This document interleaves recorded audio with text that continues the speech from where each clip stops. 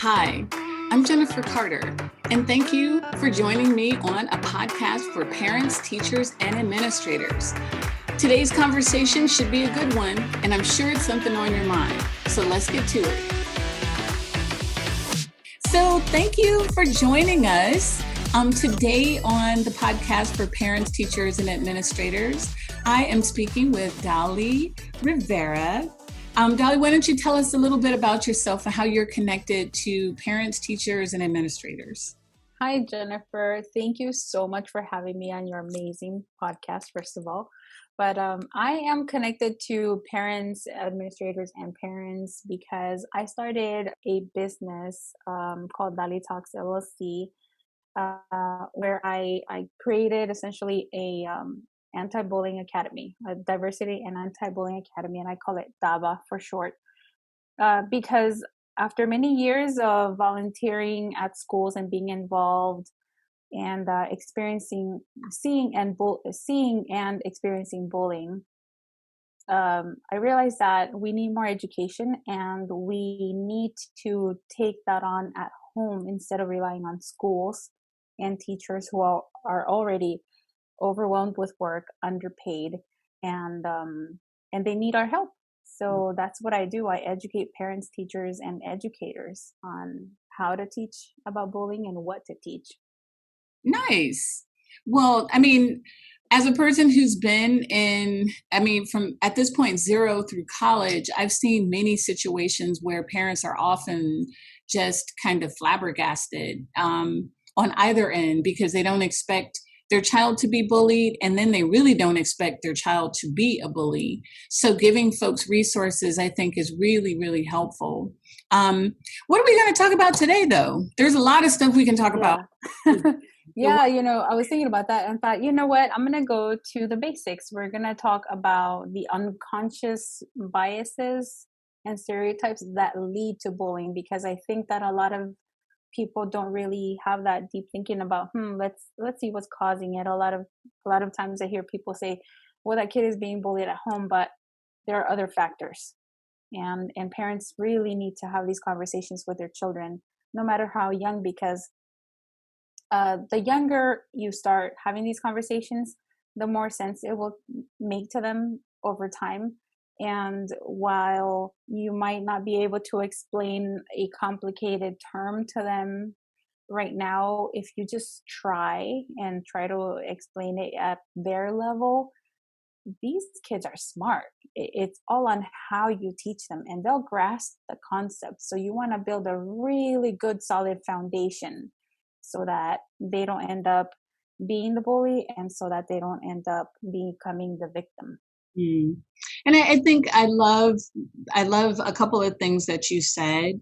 It's that foundation. In one of the other podcasts, I had a parent talk about identity and building a sense of self. And it starts when they're super little, and telling them you're the greatest and you're wonderful. That's not how to do it. Putting them in the context of the world and helping them discover the world and helping guide them through the world without an affirmation or without, saying that that's the wrong thing. I think just giving them a sense of the world and letting them figure out their relationship with it is really helpful. And I love that you said that starts when they're really young. At Oak Tree, we have kids as young as 2. And parents will say, my kid's being bullied. And I'm like, not really. But we do have instances where kids don't understand the dynamics of friendship and how friendship works. And that's really the root of what determines whether or not someone will be a bully or a victim. Yep, definitely. One of the things that I always tell parents is to start by using things around them that they enjoy to talk about unconscious biases. So I'll give you an example. Mm-hmm. When you have a child watching TV, and let's say they're watching, the Smurfs. There are so many elements in the Smurfs that are not, of course, intended. They were not put in there to teach about bullying, but you can definitely grab those elements out of there and say, oh, did you see that? Did you catch that? She's being bullied. Or, hey, that mean comment, he's being a little bully, right? Or she's being a little bully. That's not good. What would you do? Or you can teach empathy from that too, because, there's a scene where Smurfette feels like she's not part of her community. And you can point out, like, how did that make you feel? Mm-hmm. Or, when it comes to the unconscious biases, you can point out things like, why did you choose the pink toy over the other toy? Because when you think about society and what we teach children, you realize that before they're even born, we are preparing ourselves to teach them these unconscious biases, starting with gender biases. Mm-hmm. And the gender reveal, it's a pink or a blue color in a cake or in a balloon or whatever. When they come out of the hospital, they're wrapped up in either a pink outfit or a blue outfit, and rarely in a white outfit, to try to be genderless or whatever. But for the majority of times, you go to, say, Target or wherever to buy your baby clothes, and you're going to see a predominant color on the girls or the boys' side.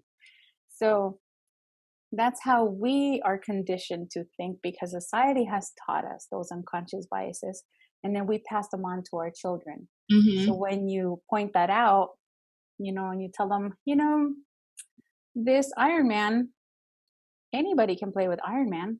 It doesn't have to be a boy, and do boys like babies? They certainly do. I've seen so many videos on TikTok and Instagram and everywhere where you have little boys, baby boys, welcoming their little sibling. And they're so nurturing and loving, and they want to feed them. They want to cook for them. They want to do everything. And most times what we see is that's allowed up until a certain age. And then they could get a little bit older, and then the parents are saying, no, it's okay. You don't play with that kitchen, or don't play with that doll. Here are the cars. Here's this. Same thing with the girls, Mm-hmm. You have a little girl that might be a little rambunctious, and they label her, oh, she's a tomboy. No, she's not refusing her femininity. She doesn't even know what that is. Right. She just wants to do what she wants to do. As a matter of fact, I remember one of my early memories as a child was, I lived in Nicaragua. And one of the things that kids would do is they would take the rim of a bicycle, the wheel, and they would take a stick and they would push it through the center where the inner tube goes. Right. And then the challenge was, roll it. Yeah, they would roll it, like whoever could roll it the longest or the fastest, whatever. And I wanted to do that.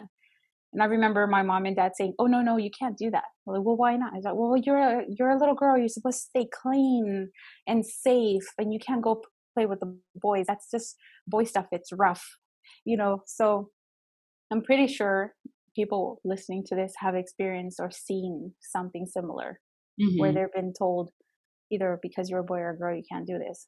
So those are the unconscious biases that we believe, and we don't realize it, mm-hmm. until it's pointed out by someone.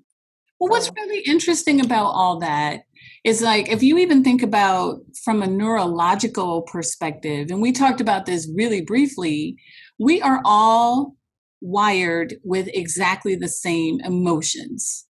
We get angry, we get happy, we feel sympathy, we'll feel empathy, we get jealous, we get frustrated. So we have this, in terms of our emotional dashboard, we're pulling from the same circuits, mm-hmm. but it's really society that tells us how we can use those emotions. If you're a girl, you use these emotions. If you're a boy, you use these emotions. Playing with cars where you're banging them together, you can be rough and you can be hard. Or holding a baby, you can be nurturing. And again, those are attached to emotions, but everybody has those. Exactly. And in equal measure. It's not like girls have more of something than boys. We definitely have estrogen and testosterone that regulate our brains different, but we have those emotions for a reason. And I would posit that suppressing natural emotions and not giving children the time to actually express them and use them and understand how to manage them is much more harmful than letting a boy wear a dress or letting a girl, dress up like Peter Pan, Right. Mm-hmm. And those unconscious biases, those are adult issues. Those are not children issues. Exactly. Yeah, and we pass them on and not realizing. For example, I always do this test with parents, and I say, I do two of them actually because they're kind of fun. So the first one is to test your unconsciousness. I'm gonna tell you a story, and when I ask you what the question is, let me know. But you have a father and a son. They're going down a highway, and they get into a car wreck. The father dies instantly, so the boy is rushed to the hospital. So as the boy is being rushed into the ER, the surgeon is going to perform surgery. So the surgeon says, "Oh my gosh, I cannot operate on this boy. He's my son." So I ask people, how is that surgeon related to the son? And a lot of people can't figure it out. A lot of people tell me, "Oh, I don't know. If the father died, is that the father's partner? Or is that I don't know. I don't get it. Maybe a stepdad, or maybe somebody they just don't know." And I'm like, the surgeon is the mother. The It's the kids have mother. two parents and only one of them is dead in the car. Right. Right. And yeah, and that just proves that when you can't come up with the answer that the surgeon is a woman, right, it proves that you have been taught an unconscious way of thinking regarding a profession or or gender roles. Mm-hmm. And you can do that same test with your kids. You can share that story and see what happens, but you can also throw out words. For example, you can say, "Hey, I'm going to throw out these words, these professions. You tell me what the first image of the person doing the profession is. Is it a man or a woman?" So you have a professor. Who do you see? You have a teacher. Who do you see? An EMT, an ambulance person, a police officer, a lawyer, a judge. And so you start thinking about it, you write down your answers, and you're going to see something interesting. Not only are you going to see for most of the population, they will see that the professions that are paid more and that are a little rougher, like say police officer or EMT, usually people respond to them being men. And the professions where it's more of a caregiving role or not in the front lines, usually people say it's a woman. So for example, when you hear the word judge, most people imagine a man in a robe. But when you hear the word a paralegal, they think of a woman. Right. When they think of a surgeon, they think of a man. When they see a doctor, sometimes man or a woman. But when you say surgeon or doctor versus a nurse, the surgeon and the doctor usually are men, and the nurse is usually a woman. Right. So that's not just telling us, hey, the unconscious biases and what we believe is there. It's telling us also, it's showing us that there's a category, there's one is usually paid more than the other. And I'm not showing this to people when I do these exercises. I don't do it to make them feel bad. I do them so that they are aware that they do exist in all of us. And it's not to feel guilty or beat yourself up. It's so that you can correct it and go against it like you should, because, just like a kitchen, a toy kitchen is not just for girls. I mean, men eat too, boys eat too, right? We would love for them to learn how to cook for themselves. Exactly. To understand the dynamics needed to work a stove or, cook a meal. It's very interesting because when and I have these conversations with parents also, especially as an early childhood educator, sometimes parents will come in and there's boys in tutus and girls with armor in our dramatic play. And parents like kind of, at this point, I've been around long enough that they understand. So we don't have a lot of people who are shocked. But, every now and then they'll say, well, why is that child wearing that outfit? And I'm like, I look at it from a limiting perspective. Your unconscious bias is curtailing that kid's imagination, Yep. your creativity, and where they can see. If you want the sky to be the limit, you can't cover up part of the sky. Exactly. So you can only shoot in this direction. So you're limiting what kids can see in themselves, which if you start to do that, then they talk about a solid mindset versus an growth mindset.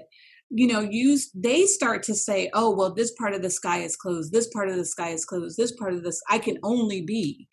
And you really do a disservice to seeing what your child's potential is by, you look at it as just putting on a dress or whatever, but you're really limiting that child and really saying this is a whole list of stuff you can't do. Exactly. Hey there. If you've gotten this far into the episode, chances are that you really like what you're listening. I'm going to ask you to press pause and share this particular episode with 5 people that you think would really enjoy listening to it. I'm also going to ask that you subscribe to our podcast so that you don't miss an episode. Thank you so much for listening. And now let's get back to the conversation. Yeah. And now let's talk about how that plays into bullying. So, I was volunteering just last year. I had to, chaperone for a field trip, and I had a line of kids. I had 20 kids or so. 2 of the kids at the very front, were boys, and then there was a girl, and then the rest of the kids. So it was time to go into a theater, and I said, "Hey, boys, time to go in. Go ahead, start walking." They're at the head of the line, so they're leading the line. And they couldn't hear me because they were just talking and, doing other stuff. So after a few attempts of trying to get their attention, I just said to the girl behind them, like, "Go ahead, you lead the line." So the line starts moving and the boys suddenly notice. And so they ran up in front of the line and they start walking. I'm like, "Ho, ho, ho, wait. You can't be at the front of the line. I called you. She's now leading the line." And this fourth grader, he says to me, he's like, "She can't lead." I said, "Well, why not?" He's like, "Because she's a girl." And I said, "Really? You really believe that because she's a girl, she could not lead a line to go into a theater? That's such a basic task. Why do you think that?" He's like, "I don't know. That's just, girls don't lead." A 4th grader. And the boy right next to him, he's chiming in. He's like, "Yeah, boys do." So it's real, people. It's real. And these stereotypes, they hear them in music, they watch them on TV, they're in music videos, they're in lyrics, they're in TV shows, they are in the jokes that we hear and the conversations that we have at home. So I'm not saying don't let kids listen to any of this. I'm saying have a conversation about it. So if you hear, I don't know, Jay-Z or Pitbull or J-Lo talk about girls a certain way or men a certain way, have a conversation and make them think, have that critical thinking aspect. One of the examples that I use is these kid shows. Like, for example, I was a big fan of Good Luck Charlie and Blackish. And these kids look very polished all the time. And one of the things that I notice is they always have their hair done. They're always wearing really nice clothes. Sometimes, depending on the show, they're always wearing high heels. And so I turn to my girls and I'm like, wait a minute, how realistic is this? How many girls or boys do you see extremely polished every single day at school? How many girls wear heels? How many girls wear makeup all the time and have their hair done?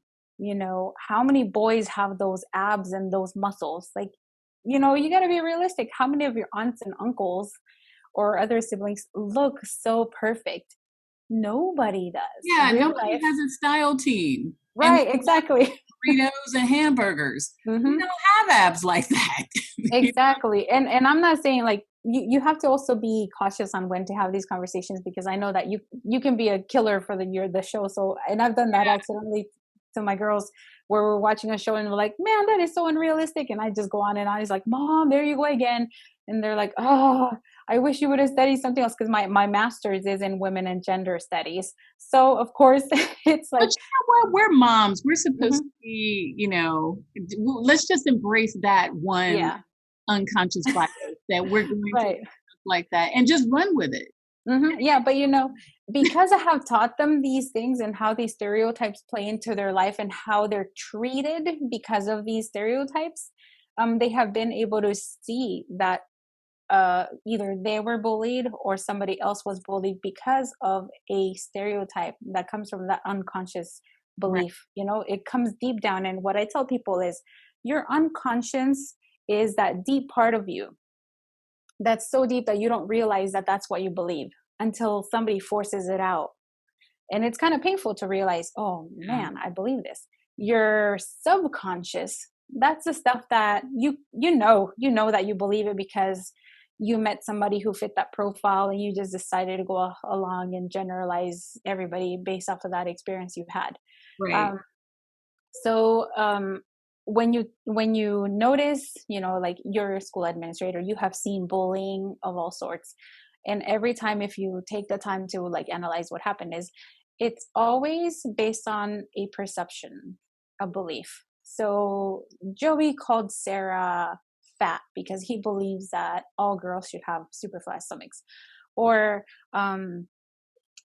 a kid was made fun of because he was wearing a headscarf, because they've heard on national TV that people with headscarves are this or that, or they heard a joke that said something about that, or let's use immigrants. That's one that I experienced a lot. One thing that kids have even told me is like, oh, you don't sound like you're an immigrant. No, what do you What what do does you that mean by mean? Right. that? Yeah. Or why do you have an accent? Um, you're speaking English and you were, here since you were a kid, to have an accent. It's just that unconscious stereotype, like if you don't actively talk to kids about it, they're gonna offend somebody. And sometimes they might even do it by accident. For example, we had a kid in a wheelchair at one of my kids' schools, and the kid would always sit on the wheelchair on the sides of the basketball court. And I remember walking up to one of the kids and I'm like, hey, why don't you go ask him if he wants to play? And he laughed at me and he said, why would he want to play? He's in a wheelchair. I'm like, well, kids in wheelchairs actually can play sometimes even better than kids with two legs that work just fine. And a few days went by. They asked the kid, and guess what? The kid on the wheelchair was playing and he felt so included. But it's that unconscious stereotype that people in wheelchairs are not able to Mhm. partake in some sports or in any sports. But So, that's actually a really good point as well. Is let's say that that child in the wheelchair was asked to play and he said no, are you guys making fun of me? And mhm. then the reaction of those children asking that sincere and earnest question, helping on both sides understand you have these biases, you have these preconceptions, you're going to say the wrong thing sometime, Mhm. you're going to hear the wrong thing sometime, and here's some languaging around when that happens. Yep. Because I people are really oftentimes afraid to talk about class or race or gender because they don't want to say the wrong thing. But if we're all used to hearing the wrong thing, and not in an offensive way, obviously, when someone's saying something in a pejorative manner, that's different. If someone's asking an earnest question, again, giving tools to facilitate, because like you said, the unconscious bias is everywhere and you're going to make assumptions that you don't really mean to be offensive, but it's unconscious, you don't mean Yeah. to do it, Mhm. and getting both sides comfortable with hearing and talking through those things. Yeah, and I think that's another a really good point that you said. The accidental offending. That's another thing that we should address with children, to tell them, hey, if you're a little wary about them thinking that you're going to offend them, just tell them, hey, I'm just trying to learn more about you, but would you like to play, or can you even play? I'm not trying to be mean, but we'd like to have you play with us if you want, Exactly. The main reason that researchers have found that kids are bullied is due to appearances. And it's due to appearances based off of course, like race or what you wear, the latest fads, your body type. um, uh, it happens everywhere, and a lot of people don't realize that the majority of times bullying happens when a lot of people are present. It's not that mythical place where it's just you and the bully. It's usually when people are present, and it comes off sometimes in very subtle ways. It's not always the physical pushing and slapping and punching. Right. Sometimes it's through microaggressions or through backhanded compliments. It's through constant sarcasm or constant social bullying, and which is a whole nother conversation that we can have about the four many other types of bullying, which I'll mention. They're physical, social, verbal, and cyber. And it usually, just because you're experiencing one doesn't mean that you're not experiencing any other type. And there are these signs that teachers and parents can be looking out for. But to be quick and general about it, is usually the mood, the behaviors of children will tell you when something's going on. And there's also, of course, different types of bullies. And, kids don't just learn how to be a bully. A lot of kids are being bullied at home. A lot of them don't even realize it because it's such a normal life that they come to school and they treat others the way that they've been treated at home, and it's hard to tell a child who's being bullied, like, hey, try not to take it personal. This kid has problems at home. It's not really about you. It's about them. Of course, it's going to hurt. So it's really hard for them to understand that. But it's very important for you to mention that to that child, because while they might not understand right there and then, the more you repeat it, the more they'll think about it, and the more that they will be able to react in a better way. And the way that I tell people to react to bullying is by not giving in to the reaction that they're looking for. And when you're being insulted and being called names or being shoved around, it's so hard to be that bigger person. It's so hard. But ultimately, that is the right thing to do. And there's this big argument about, well, you know what, if my kid, gets hit, then I tell them just fight him back. Yeah. I get that. I get it. But I tell people, don't fight back, but hold them off. There's a difference. It's like, hey, hold their arms, try not to like punch back, because you have to defend yourself. And it's a horrible situation to be in that. But I want people listening to understand that the majority of bullying is not usually the punches. Right. It's more subtle, and it's very painful. Sometimes it's even more painful than being physically beat up. And I mean, I think, I don't think the parents realize when they tell their children to hit back or to say back that, if then that becomes a volley and that becomes a fight. So just like any other situation where if it becomes something where you just react automatically, you're not thinking. So instead of encouraging kids to react, encourage kids to think about the situation and process what's happening. We have kids all the time at our center. They hit each other. First off, they don't realize that motion is something that has aggression behind it, or that's not how you express that you're unhappy. We're still working on words. And if a parent says, if someone hits you, hit them back, you're limiting them. You're not thinking, what's the situation? Why is this happening? Is this something to, be aggressive, or is this something because someone doesn't have the language skills? If a 2-year-old hits a 4-year-old and the 4-year-old hits back, that 4-year-old is going to be in trouble because they have the language skills to tell the 2-year-old, stop hitting me, or I'm an adult that this kid is hitting me. And so again, like the more we can encourage, and I think that is that's for me is the headline of this conversation. The more that we can encourage people to be intentional and thoughtful and engage their brains and their thinking, the less we have these things to think about. Because if you're thinking about the language you're using or how you're asking something or how you're approaching somebody, you have a chance to come up with a better way to engage someone that won't be offensive or that won't sound like you're bullying. And unfortunately, most people won't have that.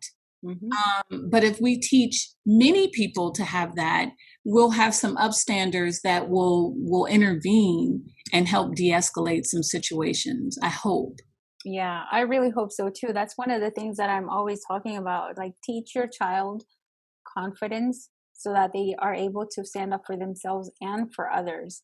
Because this is not something that's like, oh, it's just for right now. No, this is for future. I mean, we see it nationally right now, where people are being upstanders. They're standing up for others by saying, hey, that's wrong. Why are you treating that person? You see that in almost every shooting video we have seen. Somebody's always like, you're wrong, man, or that's too rough, or whatever. They're saying what are you something. Doing? Yes, yes.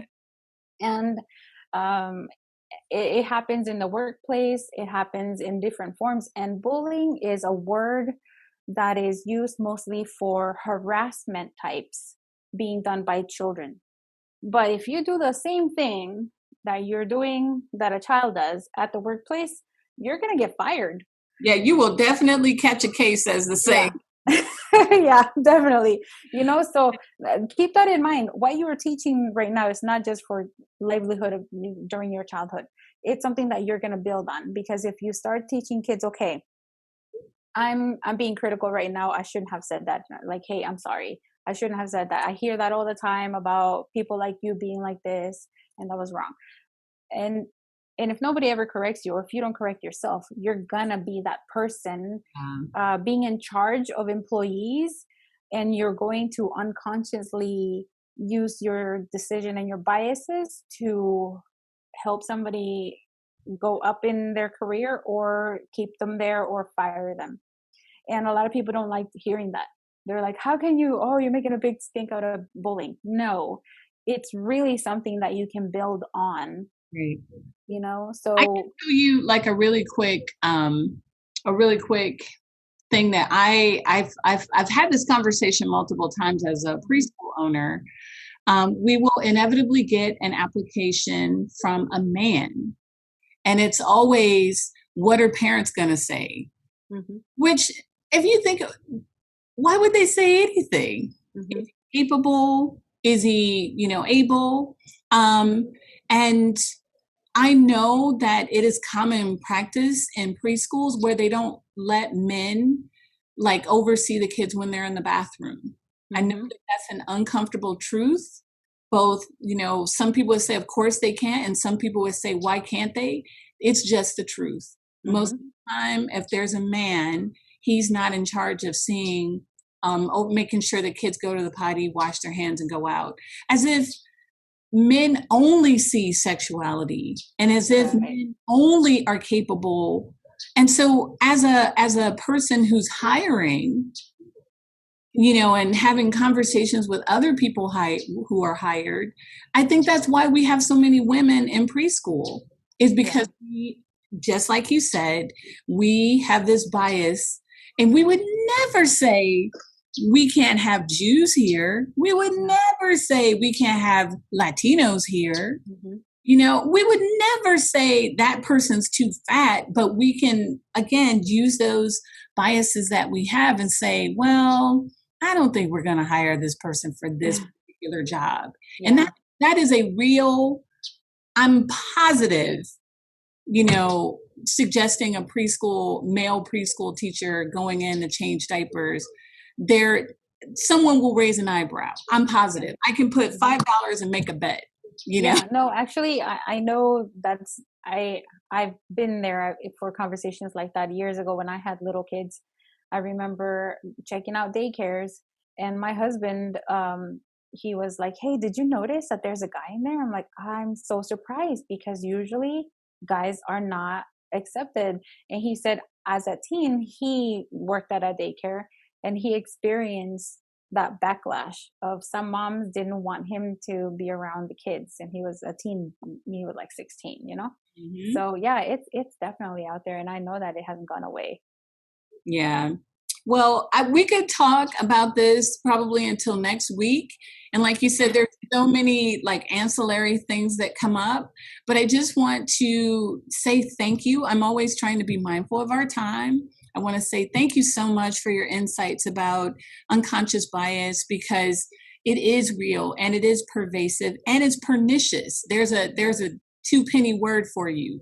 It gets in and it rots things, and it's not a good thing to have unconscious bias. But I think people feel like they have hope to be more aware and to deal with it better. So thank you so much. You're very, very welcome. And thank you for using that word. Actually, I'm gonna start using that one. That's the perfect way to describe it. Pernicious. Yep. Yeah. Edgar Allan Poe uses pernicious a lot. I'm a big fan. So there you go.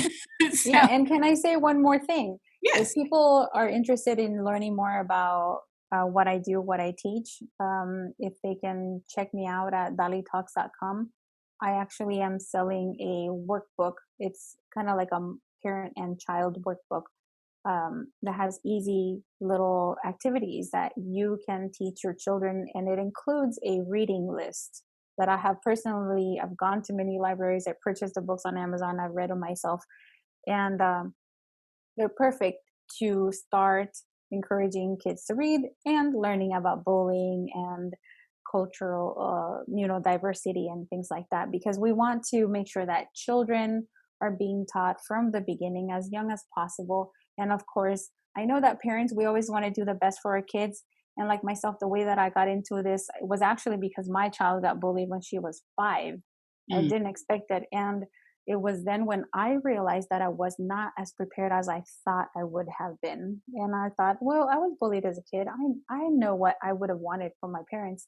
I'm going to find out there were other obstacles and things that I didn't know with modern schools now that prevent sometimes for solutions to be done right away, especially in big public schools. Mm-hmm. So yeah, dalitalks.com, and I'm also on Instagram. I'm always putting out information, and I'd love to be able to be of service to more teachers, parents, guardians, Excellent. And just so that you know, we always have show notes. And so all of your contact information and links to your website and Instagram will be in our show notes.